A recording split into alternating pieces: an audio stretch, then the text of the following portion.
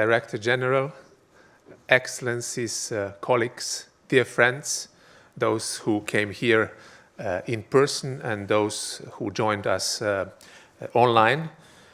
Welcome to the panel, The Future of Living, Reading Culture for Sustainable and Inclusive Future, which run in the framework of the Europe Readr project.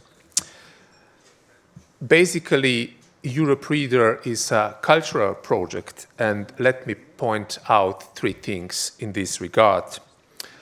Firstly, in Slovenia, we are proud to be among those EU member states that insist that culture should have a place in foreign policy. In my view, we can address almost all social and many other issues through culture. Secondly, a bitter experience of the COVID-19 pandemic in the past 2 years has shown more than anything before that a tremendous impact of culture on people's well-being and health and on social innovation and connectivity, not only the connectivity between individuals, but also between countries and nations.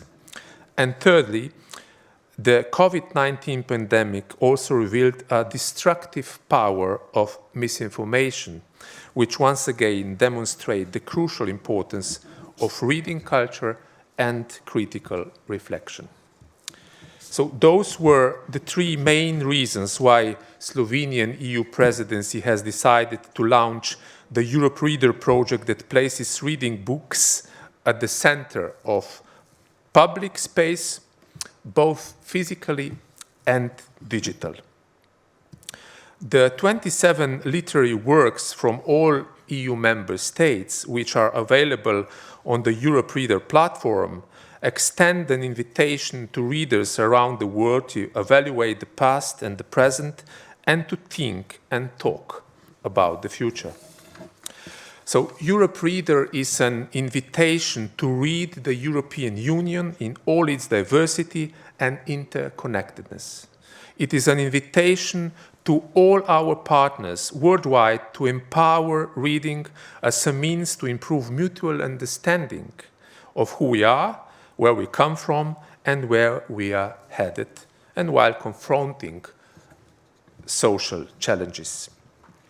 Under the umbrella title, The Future of Living, the project has been implemented through events around the globe, connecting artists, thinkers, writers, policymakers, and citizens in addressing the most pressing European and global topics through culture and literature.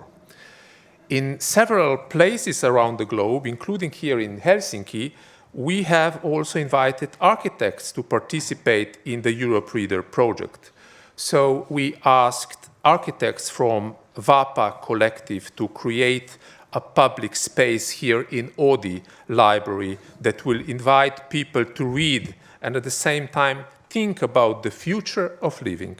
So to make the task even more challenging, we asked them to try to create a space that will show how something that we have learned in the past, so our heritage, can be sustainably used in the future. The installation that VAPA Collective designed in Europe Experience here at Oodi Library is inspired by the traditional Finnish olkihimeli craft and a hanging decoration made of straw. In this case, however, the architects substituted straw with a local reed plant. They explained that reed is not just readily available, but that its harvesting also helps prevent the eutrophication of the Baltic Sea by removing phosphorus and nitrogen from the ecosystem. So an installation that certainly invites to reflection. And I would like to invite you all who are physically present here at Oodi Library to visit the reading space and the installation nearby at Europe Experience. And for those who are online, you can find more about the project at the on the website, and you can easily recognize this pattern about this local project here. So the numerous reading and dialogue spaces and installations of the Europe Readr projects from Japan to the United States and to Helsinki link creativity, innovation, sustainable development, and social inclusion. So in this, Europe Readr joins hands with the new European Bauhaus initiative, which will also be discussed today. All these initiatives enable European citizens to discuss the future of Europe and the world they wish to live in. As we all know, there is currently a conference about the future of Europe going on, and I believe that also today's discussion will contribute to the discussion. And by way of conclusion, I would like to thank our close partners in this project, the European Commission representation to Finland, and the members of the EUNIC cluster in Helsinki. I would especially like to thank the acting head of the European Commission, Maria Kokkonen, who will also be today's moderator, and her colleagues from the Commission representation, Ismo Ulvila and Susanna Vassenius, who are both here, at least Susanna, I saw her before. And of course, sincere thank also to Lars Svensmark, my colleague at the embassy, for the outstanding job he did in this project in the past months. So I would now like to invite Director General Rita Kaivosoja to take the floor. And after Rita, the floor will go to Maria Kokkonen to her remarks first, and then moderation of the panel with today's panelists, to whom I thank for their active participation, including those who will join us online from Slovenia and Austria. And after the panel, of course, you are kindly invited for a small reception, at least those who are present here in person. So please enjoy the debate, and Director General, please, the floor is yours.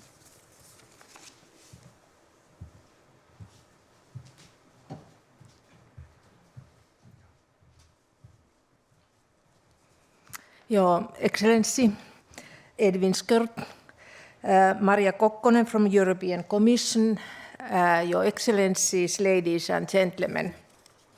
It is my pleasure to be here with you and share views on the subject of reading and the future of Europe. It is more than a pleasure, it is fantastic to see your all faces. We have seen very difficult times in past 18 months. It is well known that this time has been especially hard for the culture and creative sectors, artists and cultural professionals in our country as around Europe. Fortunately, our ministry has been able to support these sectors with special COVID funding of 256 million euros. It has been very clear that the government wants to protect the sectors and ensure their operational conditions during and after pandemic. In addition, we will continue support actions that speed up the recovery and new investments in creative and cultural sectors. Our ministry has less than 2 weeks ago launched the first call for the renewal of the cultural and creative sectors from the Recovery and Resilience Plan, which outlines the use of Recovery and Resilience Facility funding in Finland. The budget reserved for cultural and creative sectors is altogether 40 million euros, but is 4 million euros this year and 13 million euros in 2022. The recovery is not only about financing, it is also about spirit, enthusiasm and courage. Our Ministry and European Union, the Commission and the Council, we are trying to ensure best conditions for new projects and artistic creation. Today, we discuss about subjects with lots of spirit and energy. Reading and culture, new spaces that inspire citizens and the new European Bauhaus. This Oodi is a perfect place for encounters. Libraries provide today more possibilities to create and to participate than before. They have become maker places for citizens in their daily life, and they provide possibilities to fulfill everyone's own cultural aims. Their success is constantly measured by amount of visitors and how well citizens receive activities and services. It is true ongoing dialogue between the building, its services and citizens. Today, libraries' mission goes beyond books, collections and access to knowledge. It is also about reading spaces, variety of activities and opportunities to share one's views and knowledge with others. The modern library aims and means are in perfect line with new European Bauhaus movement. This movement has demonstrated that there is among Europeans energy, ideas and willingness to create a new action together. However, there is a challenge to keep everybody on board in coming steps. We in our ministry will to do our part. New European Bauhaus objectives are parallel with the objectives of our new national architectural policy program. To create and foster the built environment that is sustainable ecologically, socially, economically, and culturally. This initiative opens possibilities for artists, designers, and other professionals, which we warmly welcome. In my view, we Europeans start to get like-minded how we want to do things in sustainable, accessible, affordable, and preferable, innovative, and maybe more than ever before, life-enhancing way. I'm very happy to see this and the transformation where culture, art, architecture, and design, even style and beauty, become more recognized and gain weight in policy papers. We can all help to keep this positive development ongoing. Encouragement for reading, especially among young generations, is vital for the future of a nation and Europe. It is also cornerstones of our culture policy. I am fascinated by Europe Readr platform. We indeed need new ways to reach new audiences, sensitivity for their interests, and taste and digital access to books from other countries.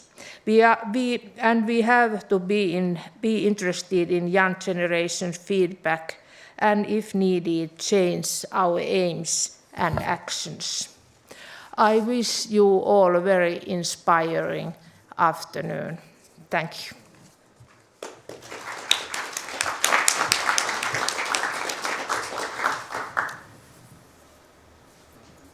Ambassador Edwin Skirt, Director General Kaivos Oja, many thanks for your beautiful keynote speeches there. And ladies and gentlemen, ambassadors, everybody there and online. So it's a great pleasure for the European Commission's representation to Finland to be part of this very important project, which is a Reader Europe project. And as a moderator, I will abuse of my position to say from the European Commission just a couple of points of these two important major initiatives in which contexts we see today's event and the whole Reader Europe project. So the Bauhaus, the new European Bauhaus initiative, and the conference on the future of Europe. So we heard it already, the Bauhaus initiative imagines future ways of living by combining design, architecture, social inclusion, science and technology. And it connects the European Green Deal to our living spaces, be it a library or a living room, like Oodi is called, a big living room for the inhabitants of Helsinki and visitors from everywhere. So the Bauhaus initiative calls all Europeans to imagine unsustainable ways of living and building together a sustainable and inclusive future. And then the Conference on the Future of Europe. Again, it's a citizens-led debate and discussion happening everywhere. It calls on all Europeans from across Europe to share their ideas and help shaping the common future. And those who are familiar with the initiative, you know that very much happens through a multicultural, multilingual platform where people can feed in their ideas.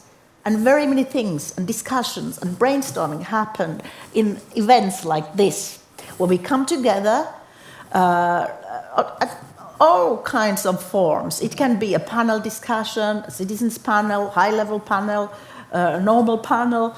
Like this morning, for instance, in Finland, we had two events happening. Minister Lintilä, this is a series of ministers' conference on the future events happening. Minister Lintilä was in Kokkola discussing what is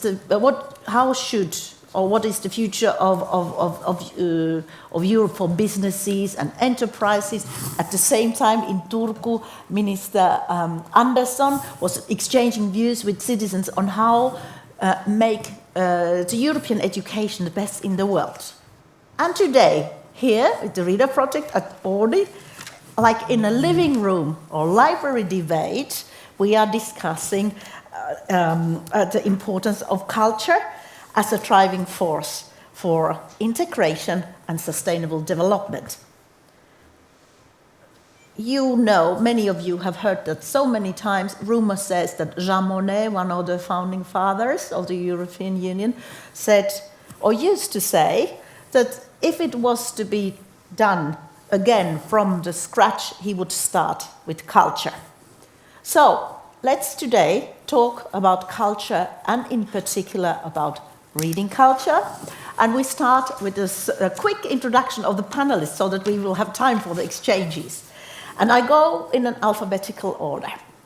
So we start with Andreas Jungwirth, an Austrian author, and he is with us online. I hope that is Drago from Slovenia, but then Andreas, hello, or as you are already there, so the technique, I will introduce Rago Janša first. So Rago is one of the, hello, you are a Slovenian writer, playwright and essayist, and one of the most well-known contemporary Slovene writers. And you are, in your home country, you are also famous for your political commentaries and civic engagement. And you have a massive production. Your novels, essays, short stories have been translated into 21 languages and published in Europe, Asia, United States, you name it. You are a member of Slovenian Academy of Sciences and Arts, and you have won a number of literary awards, including the European Prize for Literature in 2011. So let's see that, and we will give you the floor in a couple of minutes, whether we could now have Andreas Jungwirth from an Austrian author. So we have two authors, and I think Andreas is in Meran. There he is, a very busy man who was, you were last week in participating as a jury member in Europe Readr. Was it in Potsdam in Germany? And now you are in Meran. You have been very productive. You are You are a playwright for radio as well. You have written a lot, and you have written are running workshops for young writers. You are very productive, and your latest books were published just 2017, 2019, and you know a lot about Europe as well. So a very true European writer. So happy that your busy schedule from last week is behind and you are there with us. Then, okay, that is from our online participants, and we have Charlotte. Charlotte Nyholm, architect and a member of Vapa Collective, introduced already by Ambassador Edwin Skert. And you are also an urban planner. And the collective curates, designs, writes, and lectures on the role of the built environment on shaping a sustainable future. And you also teach at Aalto University on the Department of Architecture. Then Kaarina Kaikkonen, we discovered a link, basically we are from the same region, so I'm really pleased to meet you here. And you are a widely internationally recognized sculptor and artist, and you are known for shaping urban landscapes and emphasizing community through your installations. And your displays have been in display everywhere. So if we spend this panel debate, I would go through the list where all her artworks were. We wouldn't have the time today. So, but here, for instance, your pieces can be found in Helsinki, in the Museum of Contemporary Art Kiasma, under construction just now, the renovation works, at Helsinki City Art Museum, Espoo Museum of Modern Art, and Emma. And I am sorry to use this time to say, in front of my old school in eastern Finland, in Lapinlahti, where Korkea Veisu, your artwork, is there since 2004. Very old, but always of current teams. So then, Professor Dr. Martti Kuittinen, who, by the way, architect and also teaching here sustainable architecture of resource-efficient construction at the Aalto University. On the way here, can you imagine, he came in metro and he was writing on a book. So this is very fitting for our theme. So he writes everywhere, and then so he will speak about reading. So you also develop national policies of low-carbon construction and circular economy, and you're very active in coordinating the Nordic cooperation on sustainable architecture.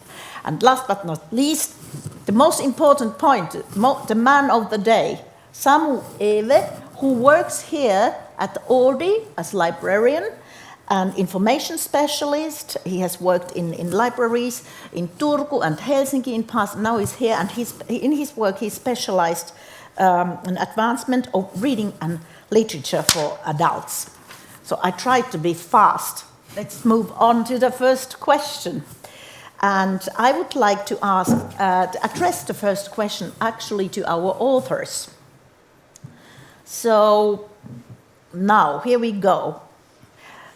How would you see, can the reading culture help to shape the future of living? What has reading and writing meant to you? How would you relate reading and living environment? Is there any lessons we have learned or you have learned from the past for our future? Shall we go in alphabetical order here as well and give the floor first to Andreas? Thank you, Maria.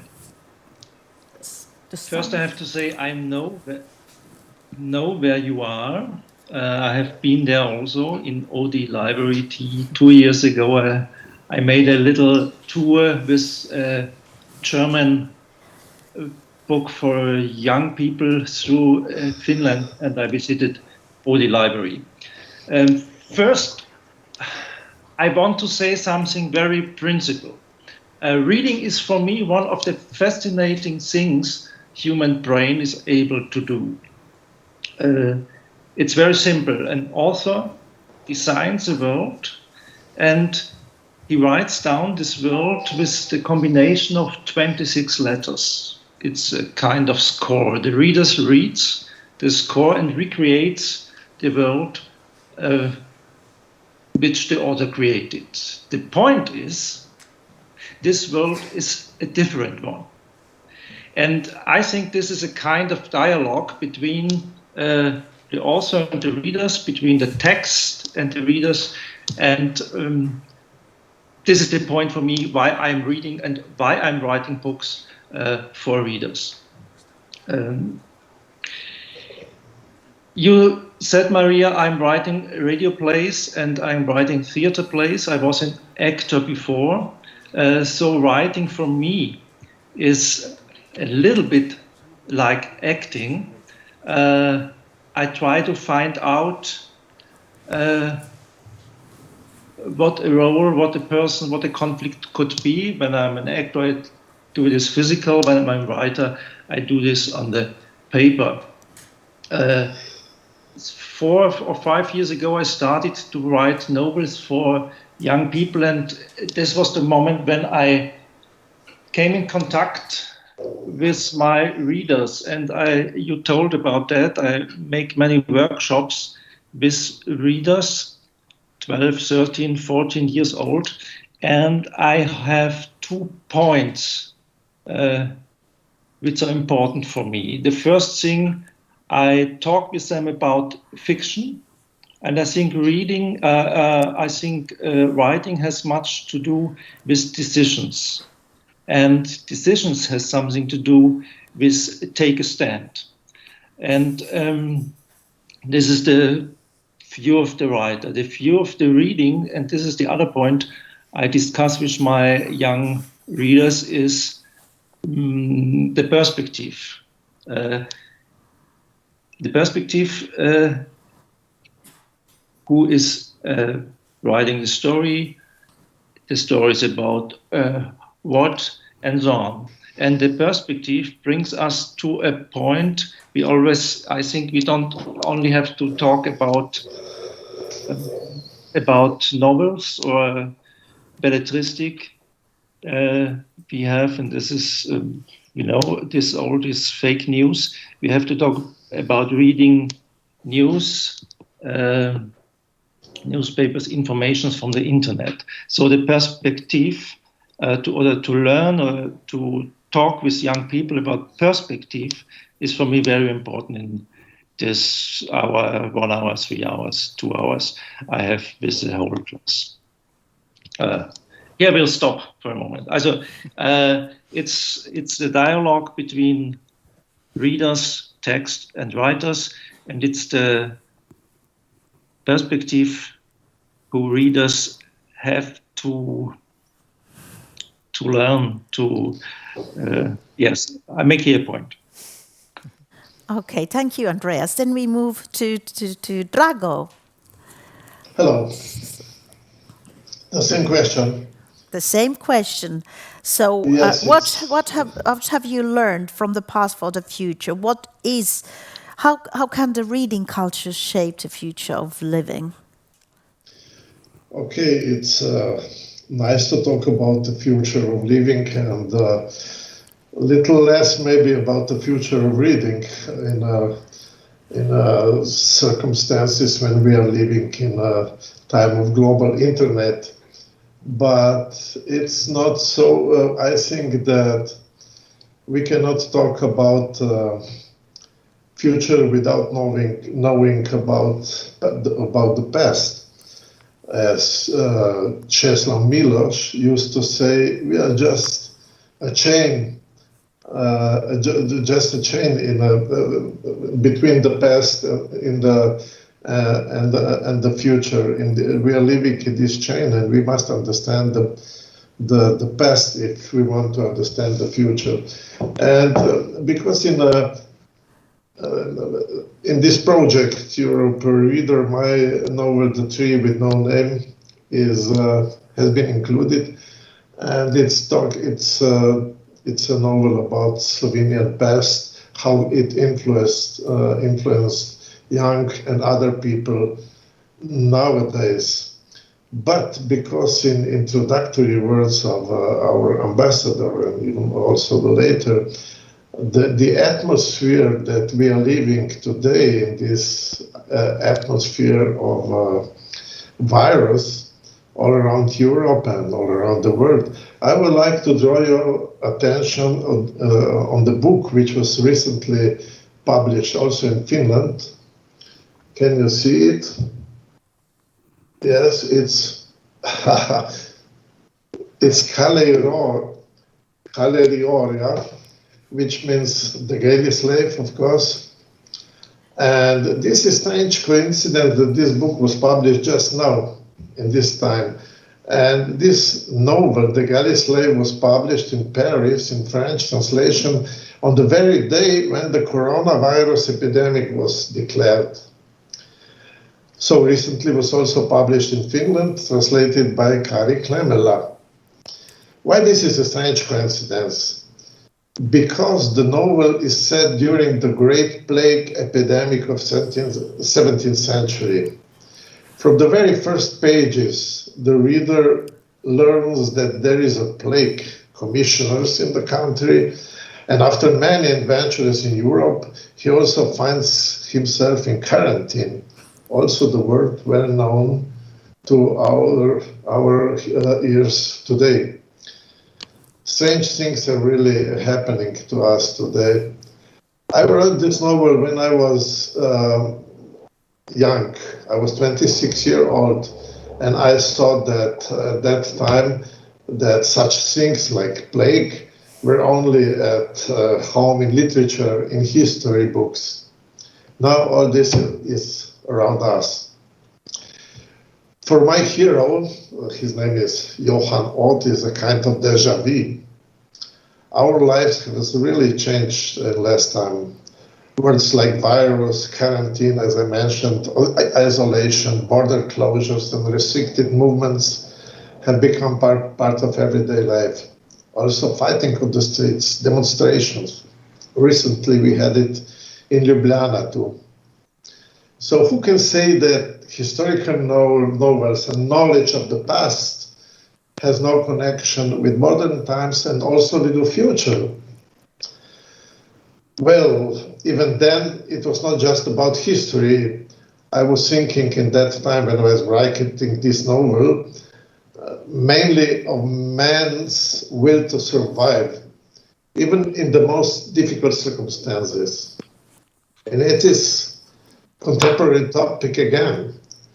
In the book, my hero spiritual and physical strength triumphs over the violence of the Inquisition, and here is this vicious epidemic, a plague that frightened people and shook Europe to its foundations. I did not think I was writing a historical novel. History was just a useful and picturesque backdrop for writing a story about the fundamental question of human existence. I thought of it as a kind of existential writing about an individual struggling through a chaotic and dangerous world. In fact, in style and message, and contemporary novel, not a historical novel. So we are today again in such an environment, in such a circumstances. And what is surprising me most, the many events and atmosphere in the society in the 21st century, when we have a global internet, when we have all scientific information available. We have the same kind of superstition, fake news, lies, etc. about this pandemic, virus, everything, many ideas of a plot, of a global plot, etc., etc. So I wouldn't say that history is repeating again, but I can say that we didn't learn nothing from the history. So this is why I believe that our future is depending on our understanding what happened to us in Europe, everywhere in Europe, and for us, particularly in Slovenia, what happened in my country. And this is another novel which is included in Europe Readr. It's translated and you can read it. But I wanted to mention this novel from 17th century because there are so many connections about not the novel, but that time Black Deaths, which occupied Europe for a while, and nowadays atmosphere in our societies. Thank you for now. Thank you, Drago. You said something that strikes me. You said it is with this understanding of history, we can understand and build a future, and it's always about the man's will to survive. Now with and because of its vitality, and I am optimistic actually. Yes, and then so now with everything that is happening around us and our response is this Green Deal as a big European response. And there I will revert to Matti, because you have said that architecture is imagination and reading is imagination. So now, talking about Green Deal and sustainable construction and architecture, how would you chip in from your perspective to what Drago said? It's actually, I'd like to go back to year 1992 to find the answer. At that time, I was a first-year student studying architecture. I was so excited. Now my dream has come true. I can finally study the art that I so passionately love. And I remember my first-year professor, Juhani Pallasmaa, he suggested that, hey, students, you should read this one book by a French writer called Raymond Queneau. And I believe it's translated Style Exercises in English. And it's a book that contains a story, a very irrational story, short story, told in 99 different styles. And that was really like eye-opening. Oh, there are so many different ways of reshaping the same thing. And how is this related now to the future of construction? By the end of this century, there will be 11 billion inhabitants on the planet. And even today, we consume half of annually consumed materials to construction. And we haven't yet built the cities or apartments or schools for the coming generations. So if we want to do that in a manner that really doesn't, make the planet to collapse, we must find out radical new ways of doing that. And there I recalled my professor's recommendation of you can do the same thing at least in 99 different ways. I believe we may need even more ways of redoing the same thing in a more accountable and sustainable manner, but this gives fuel to your thoughts. And therefore, I think that if you want to be a good runner or athlete, you must train. And if you want to be a good problem solver, I think you must also train, and one of these ways could be reading. So you definitely have read a book that has marked you. So architecture, there's 99 ways of doing and constructing a house and a building and a sustainable building. So talking about building Samu, the librarian, what are your thoughts? How can the reading be related to the living environment? Well, when we think about now and when we think about the future, I think the role of being able to read and all the things that means, not just mechanically reading, but actually understanding what you're reading in a multifaceted way, understanding fiction, of course, but for everyday survival, just understanding everything that comes at you, all of the messages that come from, the news and all the things that fall from your mailbox, etc., that you have to send somewhere and fill out and so on. All of that, I think the value of reading and the importance of reading is going to increase. Because usually when we talk about reading, somebody always wants to say nobody reads anymore, the kids don't read anymore, and the discussion ends there. And that's not true. Kids still read, and also everybody else still reads. But it is true that there is a growing if I could use this terrible word, maybe epidemic of young adults who are not very good at reading. And by that I don't even mean reading fiction, but just in general, being able to understand all of the messages they get, all of the things, the news, everything. You actually have to be really, you have to practice that skill to be able to understand what's going on in the world. And all of the people that, because I'm a librarian, so I see a lot of people who really don't have those skills and are possibly, falling. When you don't have that skill, you lose your connection to society very easily. And when you don't have that connection, it's easy to sort of fall out of everything. And because I think somebody said before about community and how important that is, and if the future generations coming and all of that. So if we want to make sure this planet is going to be sustainable in 100 years and more, then we have to be able to create communities that are also sustainable, that are actually existing, in that people have a place where they belong. And in that sense, because I'm a librarian, my first answer to all problems always is the library, and because it is an inclusive space that already exists and that can be made more inclusive for all kinds of different people to come. And I think it relates to all of our topics, architecture and art, that it should be available and inclusive to everybody, regardless if you're a child or a senior or perhaps someone experiencing homelessness. All of these people should have the possibility to participate and be welcome in the same manner in all of these spaces. So, yeah, I don't know if that answered your actual question, but...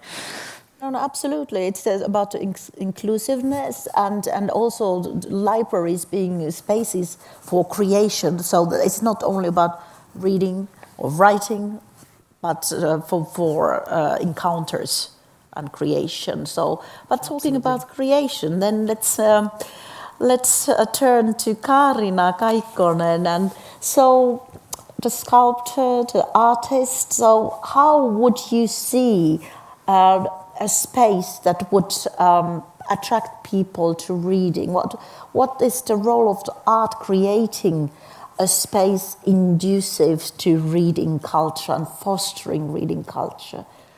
Well, okay, art. I think any kind of art can tell stories like books. So also visual art, that I'm a visual artist. So, and music also. So we all can tell stories, and this story is important because it can tell something about life, and it helps people to understand their own part as a human being and what is life about. So, and of course, visual art is more easy in that way that we don't use words, so we can cross borders. We don't the language borders more easily and more quicker, and that's why it's a bit different. But in the big content, it is coming from the same source in that way. And then I was thinking that if we are, like you said, that if people are worried that young people don't read anymore so much, so maybe we should ask that why it is like that. So if it is so that books don't touch young people anymore, or if the life of young people is so hectic that they don't have time to read, or they don't have energy to concentrate, maybe reading books is not giving the same kind of excitement than playing games, for example, or if they cannot concentrate it because the book can take more time, too much time, they think, maybe. But But I think art, any kind of art, can fill the gap that people can have in their heart, that if they feel lonely, for example. So, or reading a book, or it can help solve problems that I am not alone with my problems. So, like you can find something about yourself in this piece of art, and it can help you in that way. And what I was also thinking that about future living in Europe. So Europe is today, it's and especially today, but also in history, coming from different kind of cultures, people coming from all over the world, and for example, immigrants now from East and Africa, and so people from different cultures have to live together, and to have ability to live together and have a happy life, so you have to have the feeling that you are accepted as a human being, as you are, with your different kind of backgrounds. And this is what I have been doing, and also many art projects can do, that involve people from different kind of backgrounds, making something together. So everybody is needed, and everybody can feel that I am part of this group, I am part of this society, and I am accepted and also needed, and I'm not alone, and I'm not restricted. So then you can feel, and also my background is accepted. So I think this is one of the most important things in future Europe that we have to understand. Very wise words, thank you for that. But then, so you make me think also with many aspects of what you say, also other kinds of books. So you speak of art as something that touches the strings of your soul, and even without reading, an artwork can make you understand or feel things. Yes. So by the way, the Finnish introduction in the Reader project is a silent book. It's with pictures for young children, young people, entitled "We Had to Leave." And it's a story about people who have to escape a war, a family, and immigrants, and all the struggle they have to go through to get accepted, yes, the papers, and so on. So in this way, we also see with the Reader project, we have contributions that go in line what you say. So now, moving from arts to architecture, back again, our other architect here, talking about the space, materials, textures, textiles, shapes, digital. What would be the good space? Or is it everywhere, like Matti, who writes a book when traveling on a metro or a bicycle even? You write a book? Or does it need to be a special space? How would you create it in a way? Well, we were invited to create this space for reading here as part of this Europe Readr. And, well, it was a little bit different, I think, than the other Europe Readr installations, because Oodi is a place for reading. So it has many kind of nice, inviting little nooks to sit and open a book and discuss about a book. So we felt, why are we creating a space like that within this great library that already has so many of those spaces? And then we thought about reading and what is the importance of reading, actually. And I think many of those points have been brought up here. It's not only about reading to get the information for yourself, but it's also about bringing people together and discussing maybe these experiences, or maybe connecting to somebody who isn't even here through this text, connecting to somebody who has a similar experience, or maybe identifying yourself in an unexpected place in a book. And that's what we're trying to do in the Europe experience area. So on the one hand, we have this Olkihimmeli that Edwin was referring to, which is more maybe to think about this future of living aspect, about drawing on tradition and combining it with the challenges that we have today, and seeing how we can maybe combine the best of the innovation and the tradition.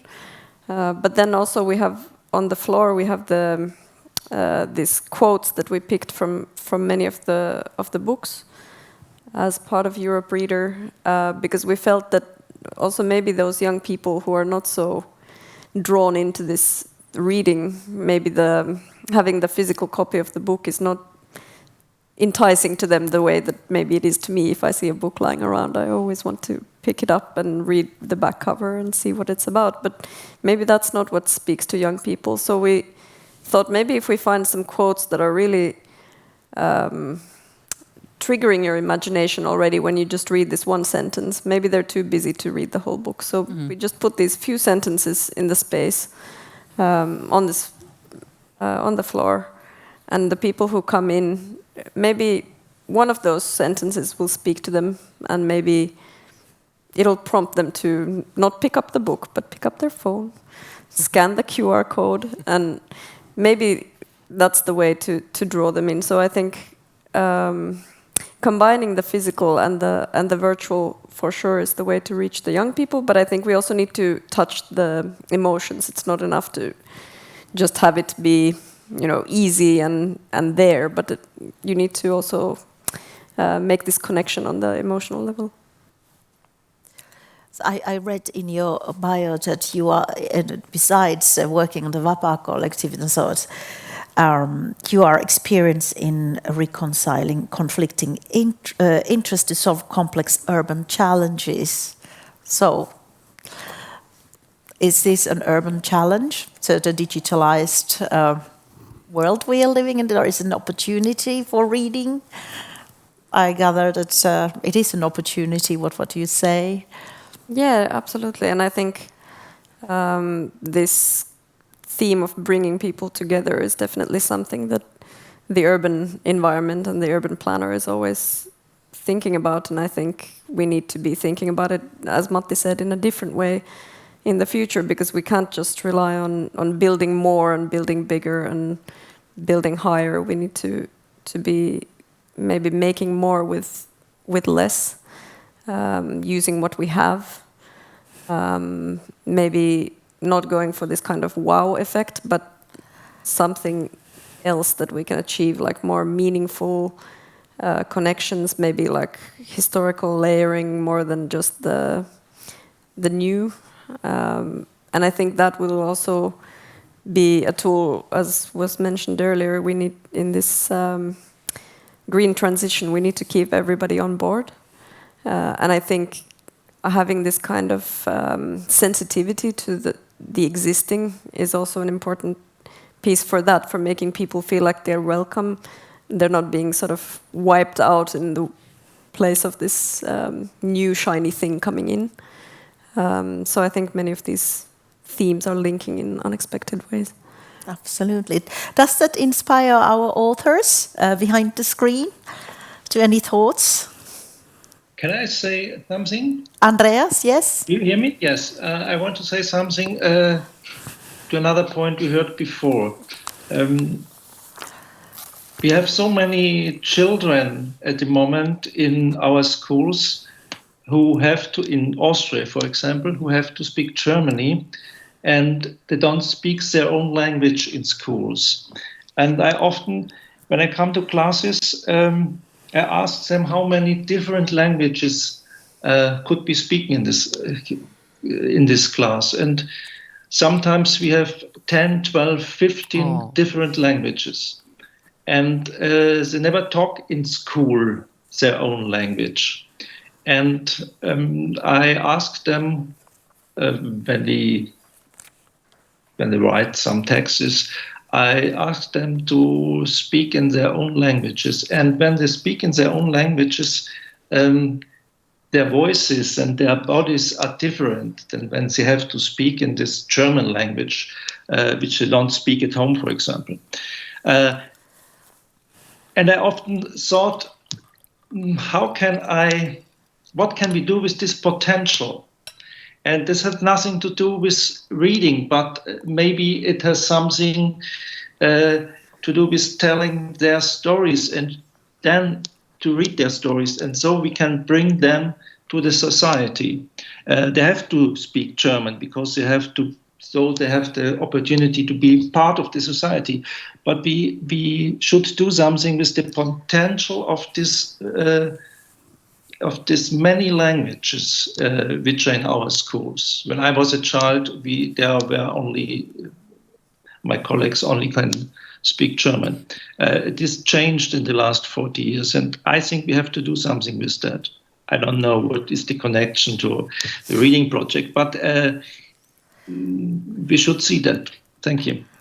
Well, actually, it has a connection to the Reader project. You know that the European Union also supports initiative and projects to foster and strengthen the role of minority languages. And minority languages can be precisely languages spoken in a given community as the minority languages. And there's a wealth of examples of books, for instance, stories translation.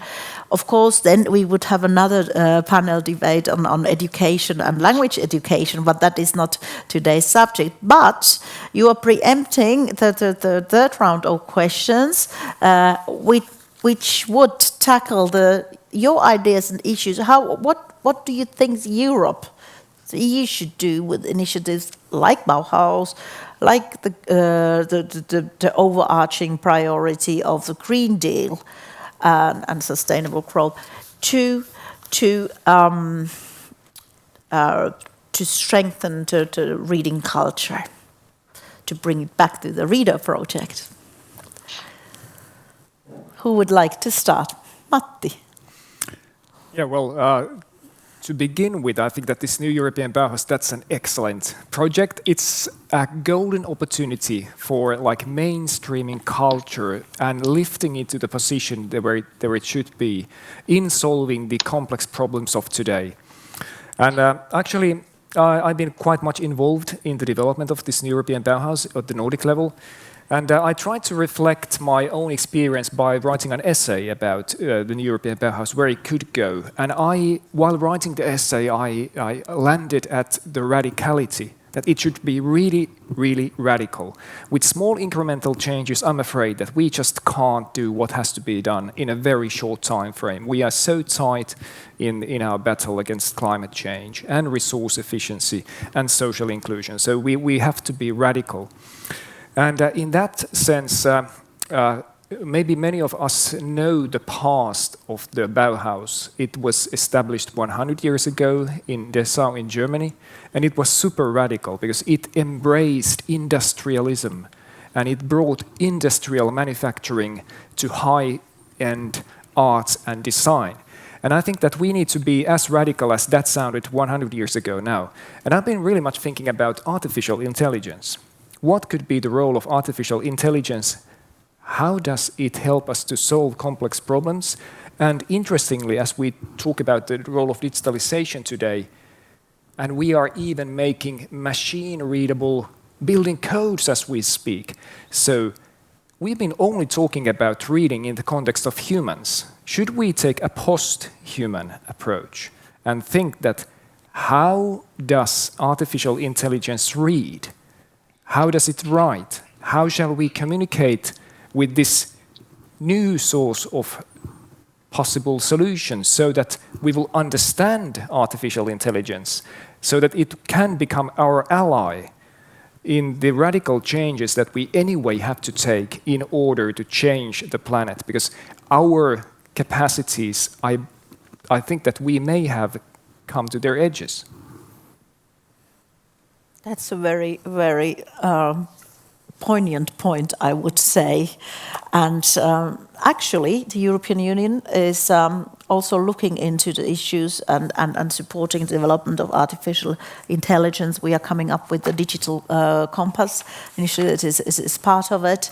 You saw also then with the Finnish recovery and resilience plan, there is also part of a project that will be covering this part of developing of artificial intelligence, but why not for reading and understanding and writing? But I wouldn't speak of post-human phase. That's a term that doesn't it necessarily exists. suggest that Yeah. there would be no longer humans, but it's let's next stage from anthropocentric culture. Understood. But does it provoke any feelings or ideas in you, the other panelists? Kaarina. I must say that I don't understand so much about artificial intelligence. I don't. But I was thinking about what he said about Andreas about the different languages in the same class. It's huge.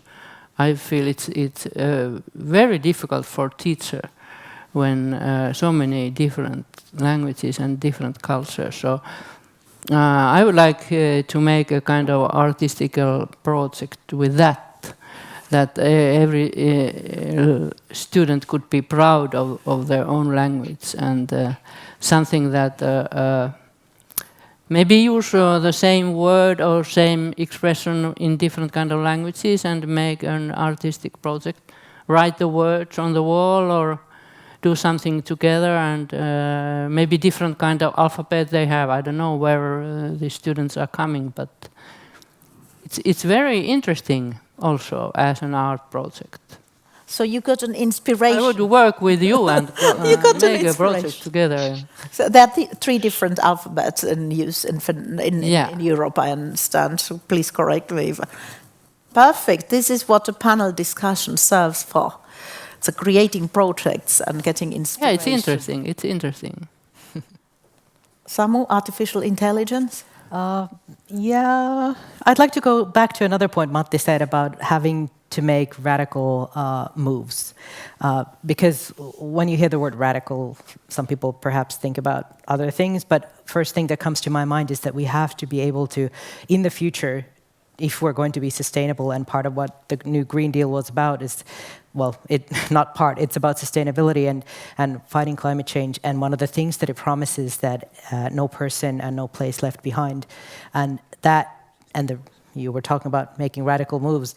I think one of the things that we have to be brave enough to do is to radically create communities that are, like you were saying, of people from very different backgrounds and who are very different in all kinds of ways, and bring those people together, because in the future, perhaps we will have less of what we have now, because we've used a lot of the resources that this planet has, and there's no planet B, and so I think we will be relying more on each other on a more local level, of course on a global level as well. And one of the things when we were talking about reading as a topic today, so one of the ways of bringing people together, of course, as other people have already said today, is reading. And when you read about someone who's different from you, you learn new things about people you maybe didn't know anything about before. So such a huge resource. And because we know reading, it makes people, it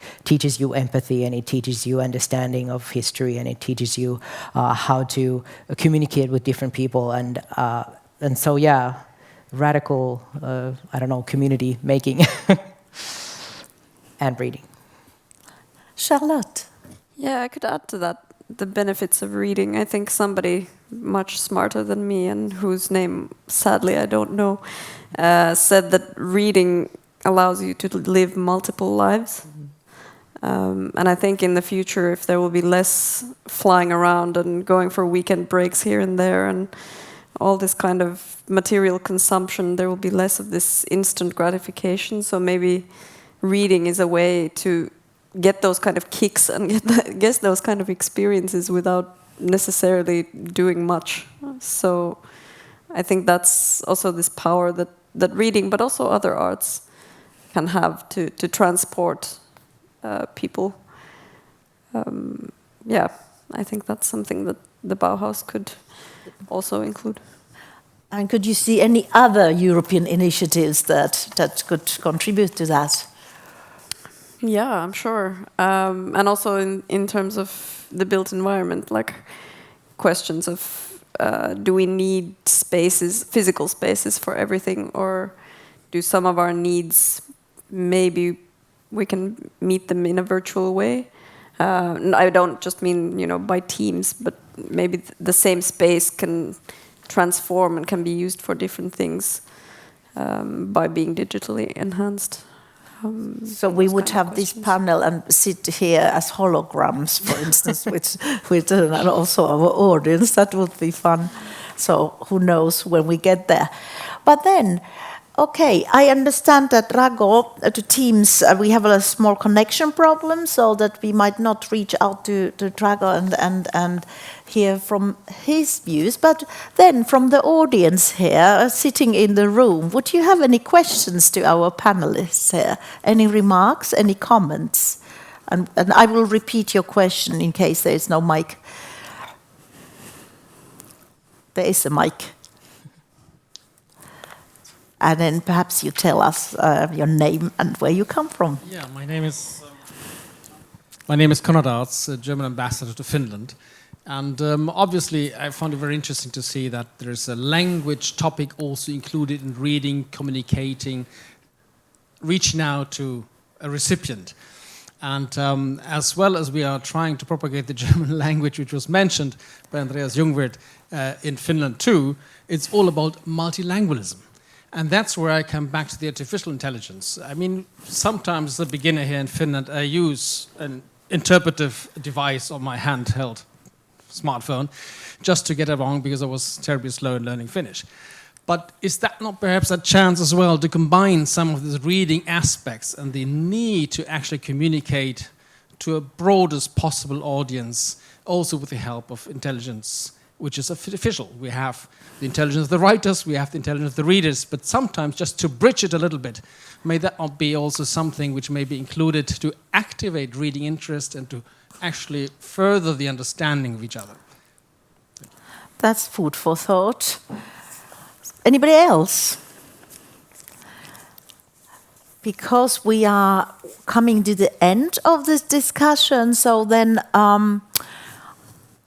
now, without Rago, I hope that then we can contact him afterwards. And I would like to thank our prominent panelists for the lively discussion. And then it makes me think of what Director General Kai Oja said at the beginning of this event in her keynote speech. She said that we will discuss subjects that with lots of spirit and energy. New spaces that incite European citizens, the new European Bauhaus, and the Reader project. And at this stage, I would once again thank you, the Slovenian embassy, Ambassador Edwin Skirt, having involved the European Commission representation in this. And very many warm thanks to our panelists, and I'm really intrigued, delighted, and feel fantastic about your connection with for the future art project that you will be doing with the writer. So let's give an applause to our panel.